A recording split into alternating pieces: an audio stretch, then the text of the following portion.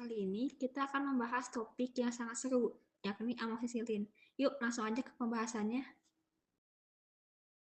Amoksisilin sendiri memiliki bentuk sediaan, yaitu kapsul amoksisilin, tablet amoksisilin, dan untuk suspensi oral. Amoksisilin mengandung tidak kurang dari 900 mikrogram per miligram dan tidak lebih dari 1050 mikrogram per miligram. C16H19N3O5S dihitung terhadap zat anhidrat. Kapsul dan tablet amoksisilin mengandung amoksisilin C16H19N3O5S tidak kurang dari 90% dan tidak lebih dari 120% dari jumlah yang tertera pada etiket. Amoksisilin juga berguna sebagai antibiotik. Selanjutnya yaitu analisis kualitatif gugus fungsi pada amoksisilin, yaitu senyawa heterosiklik yang terdiri dari inti siklik dengan satu rata samping mengandung gugus amina alifatis primer, gugus hidroksifenol, dan gugus karboksilat. Pemerian dan analisis gugus fungsi amoksisilin. Pemerian dan kelarutan amoksisilin. Bentuknya, amoksisilin adalah kristal putih atau kristal berwarna putih hampir putih, berbentuk serbuk atau kristal. Bau, tidak berbau atau berbau sangat lemah. Kelarutannya, amoksisilin larut dalam air dan sedikit larut dalam etanol, sedikit larut dalam kloroform dan praktis tidak larut dalam eter. pH antara 3,5 sampai 6. Senyawa amoksisilin memiliki gugus fungsi amida dan gugus fungsi amina. Untuk mengetahui gugus fungsi yang terbentuk pada senyawa amoksisilin bisa dilakukan dengan uji FTIR. Uji FTIR merupakan analisis spektroskopi yang digunakan untuk mengidentifikasi komposisi kimia suatu sampel berdasarkan interaksi antara radiasi inframerah dan molekul dalam sampel yang digunakan. Ketersediaan zat aktif mengacu pada jumlah dan bentuk zat aktif dalam suatu sediaan farmasi. Ketersediaan zat aktif ini merupakan salah satu tahap awal dalam pembuatan suatu sediaan. Ketersediaan zat aktif dapat dilihat secara online melalui website, salah satunya Invalab, dan didapatkan tersedianya zat aktif yang akan digunakan yaitu amoksisilin dengan berat 200 mg dan keterangan pengujian kuantitatif. Adapun harga satuan atau per vialnya yaitu 500.000. Di sini ada metode analisis yang relevan menurut Jurnal Ilmiah Farmasi Unstrat Volume 4 nomor 3 tahun 2015. Terdapat gambar 6.2 kromatogram amoksisilin dengan konsentrasi 3 mikrogram per mili. Kondisi analisis ada fase gerak, kolom, volume injeksi, kecepatan alir, detektor, dan panjang gelombangnya. Fase geraknya perbandingan antara metanol dan baper atau kalium dihidrogen fosfat berbandingan 10:90. Kolomnya C18. Volume injeksinya 20 mikroliter. Kecepatan alirnya 2,0 ml per menit. Detektornya diode array detektor. Panjang gelombangnya terdapat 230 nm. Selanjutnya, validasi metode analisis amoksisilin, pembuatan kurva kalibrasi, dan uji linearitas. Ada uji akurasi, uji persisi, dan uji kesesuaian sistem. Uji akurasi, larutan amoksisilin dengan konsentrasi 3,6 dan 9 mikrogram per mililiter.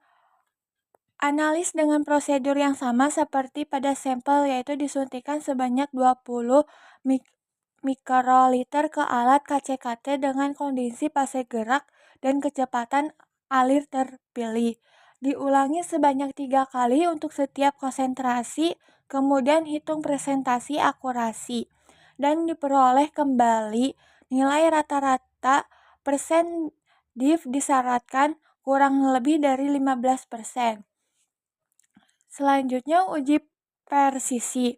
Dari hasil akurasi tersebut dilakukan pengukuran iteradai dan iterday selama 2 hari berturut-turut. Kemudian hitung presentasi simpangan baku relatif persen RSD dari masing-masing konsentrasi dengan nilai lebih kecil sama dengan 15%.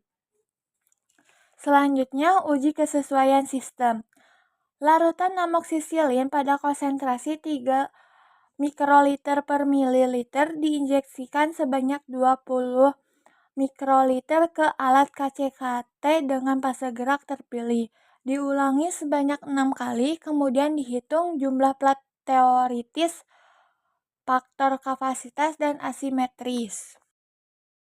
Berdasarkan Farmakope Indonesia edisi 6, metode analisis yang sering digunakan untuk amoksisilin meliputi kromatografi cair kinerja tinggi atau yang dikenal dengan HPLC, spektrofotometri UV vis, atau titrasi volumetrik. Pada proses analisis amoksisilin, metode HPLC biasanya direkomendasikan untuk bentuk sediaan injeksi karena sensitivitasnya yang tinggi dalam mendeteksi dan mengukur kadar amoksisilin serta kemampuannya untuk memisahkan senyawa pengotor. Selain itu, dalam sediaan injeksi penting untuk memastikan sterilitas dan bebas dari pirogen. Oleh karena itu, selain analisis kimia, pengujian mikrobiologi seperti uji sterilitas juga diperlukan. Untuk tempat yang cocok dalam menganalisis kesediaan injeksi amoksisilin ada 3, yaitu laboratorium mikrobiologi, laboratorium formulasi steril, dan ruang penyimpanan terkontrol. Yang pertama ada laboratorium mikrobiologi. Alasan utamanya karena laboratorium ini diperlukan untuk menguji potensi dari persediaan amoksisilin injeksi, di mana biasanya menggunakan metode difusi agar yang melibatkan bakteri seperti Escherichia coli atau Staphylococcus aureus. Kemudian, laboratorium ini juga dilengkapi dengan perangkat inkubator, di mana inkubator ini berfungsi untuk menumbuhkan atau mengembangbiakan bakteri dengan mengontrol kondisi pertumbuhannya selama pengujian berlangsung.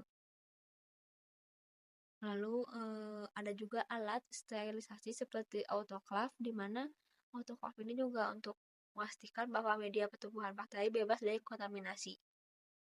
Yang kedua ada laboratorium formulasi steril.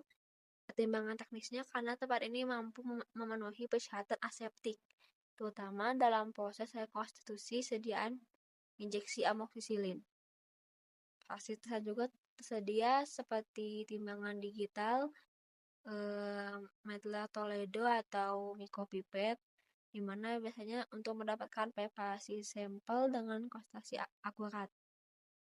Kemudian laboratorium ini juga memiliki sistem kontrol suhu untuk penyimpanan sampel, di mana penting untuk menguji stabilitas dari injeksi tersebut.